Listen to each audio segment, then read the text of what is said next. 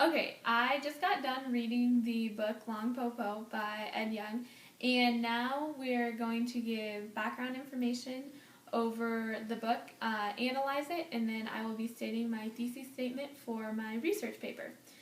So you can follow along with the PowerPoint that is found on Blackboard, and I'm going to be going off of this PowerPoint and just expanding on some of the ideas.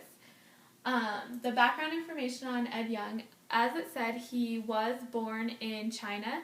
He grew up in Shanghai. Eventually, when he was 20 years old, he moved to the U.S. and he studied at the Art Center in Los Angeles. He's written over 80 children's books, illustrated over 80 children's books, and then actually written 15 of those books. He's taught at various universities such as Pratt and Yale, and currently he resides in New York with his mother. I thought it was really important to give background information about him because the book really has a Chinese spin on it, and so we can attribute part of this to the fact that Ed Young was actually born and spent the first 20 years of his life in China. So he has a lot of first-hand knowledge and he lived in that culture. The creation of the book. I thought this was really interesting. Before I read Folk and Fairy Tales, this concept had never came to my mind. But on page 27 in Folk and Fairy Tales, it talks about why Little Red Riding Hood became so famous. Because when we think of fairy tales, we often think of enchantment and princes, princesses, but Little Red Riding Hood, it lacks all of that. So how did Little Red Riding Hood become able to compete with characters such as Cinderella, Snow White, Rapunzel? And that is what we're going to discover today, how it did become famous and why so many people are still reading it today and why there are so many versions of Little Red Riding Hood out there. Another major aspect of the book is the wolf. How come they chose the wolf of all animals out there to be the bad guy? Well, also looking in Folk and Fairy Tales on page 27, we learn that hundreds of years ago, little children were attacked by animals in the fields, and in the 15th and 16th centuries, the pagans viewed werewolves as mysterious and uncontrollable magical forces that threatened the lives of peasants. And consequently, the warning tale became part of a stock oral repertoire of storytellers, and hence Little Red Riding Hood. Then the final major point that I have is Little Red Riding Hood was written down in 1885, but it's actually believed to have been told starting 200 years ago. So 1685 it had been starting to been told, and then in 1885 it was finally copied down. Little Red Riding Hood has definitely evolved. When you look at the very first story called The Story of Grandmother, written by Charles Perrault, it has changed so much. The language has changed. Just how gruesome it is has changed, in my opinion.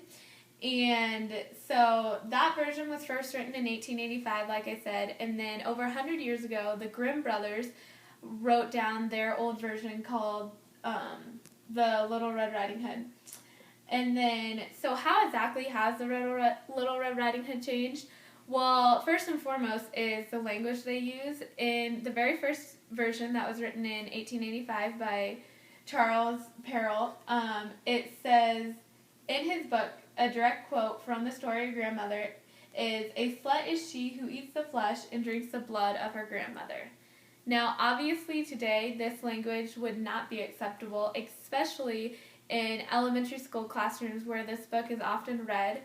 Also, the image that provokes is very gruesome, and parents would not be reading this to their children, which brings up the point that we did find in our folk and fairy tale books how fairy tales were actually first aimed at adults, and this is obviously illustrated when we look at the story of Grandmother, and we remember that they're aimed at adults because hundreds of years ago children were not as highly valued because children were not guaranteed to live very long, and so parents this is really sad, but parents didn't want to put as much effort and care and nurture their children as much if they're not going to end up surviving.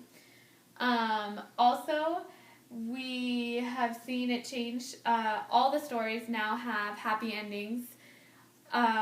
Basically everyone, when the Grimm Brothers version, the Little Red Riding Hood, the story of Grandmother, the Little Red actually gets gobbled up by the wolf at the end. And today, normally and typically, in the end of the book, Little Red is always able to outsmart the wolf. And finally, something that I think is really cool is how the book is changing due in correspondence to how our society is evolving. And so, as we all know, our society has been changing from more rural to urban, and this can also be seen in Leah Block's Wolf, which was written in 2000. The setting actually takes place in the concrete jungles of Los Angeles, so in a more urban area. I thought it would be nice to give a comparison and contrast between the Chinese version of Little Red Riding Hood to the traditional version, just to get everyone thinking about the differences and kind of refresh their memory if they haven't read Little Red Riding Hood recently. First of all, as we saw in the Chinese version and Ed Young's version, the main characters were the three sisters, the mother, and the wolf. But here in the traditional version, we had Little Red, the grandmother, the wolf, and the woodsman who saves the day. So a lot of different characters going on. We also see that the mother leaves the house in Young's version to go visit the grandmother on her birthday. Contrastingly, in the traditional version, Little Red is sent off by her mother to give treats to her grandmother. And then the way that the wolf is described is very different. In the traditional version, we hear the infamous lines, "Oh, Grandma, what big eyes you have, what big teeth you have." But here in Young's version, we see that the wolf has a low voice, a foot with a bush on it, and a hand with thorns in it. And then finally, in Young's version, the children are able to trick the wolf. And in the traditional version, the woodman saves Little Red. As for critical reviews, this book has received overwhelmingly positive reviews. You can see a couple quotes that came directly from articles that I was able to find from the UNK library website. The people really focus on the illustrations that you can see and how they provoke different emotions and just how they make the story so awesome.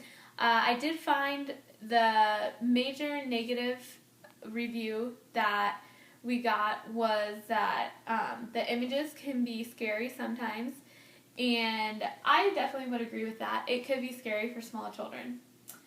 Then moving on, as I read this book, I came up with questions. And as you can see, a lot of the questions I feel like have to do with the Chinese spin that was put on this book. I am majoring in Spanish, so I think that's just a part of my interest. But I was wondering why the grandma was called Popo, if that translated to something. I mean, I obviously know it's Chinese, but what it translates to in English. Also, why do the children and the wolf naturally share the same bed in the book when they all go to sleep? They all naturally share the same bed, and I know when I just got back from studying abroad in Peru, everyone in Peru, in my host family, shared a bed with someone else, and that's just because the house was so small. You know, people there have a different social economic status, and they don't have enough money to buy a big house or buy beds for everyone, and so I didn't know if that was a cultural difference like I found in Peru. I was wondering why the author used such uncommon expressions. We heard "all the chicks are in the coop."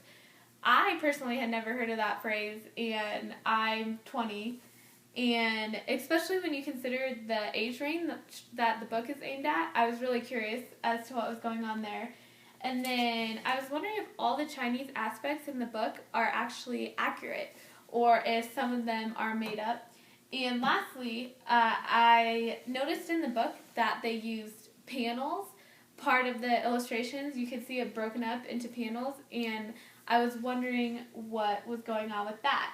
So I am actually going to stop this video right now, because it's easier to upload in shorter bits. And then the next video will have all the answers to these questions, a final reflection talking about the illustrations, and then my thesis statement.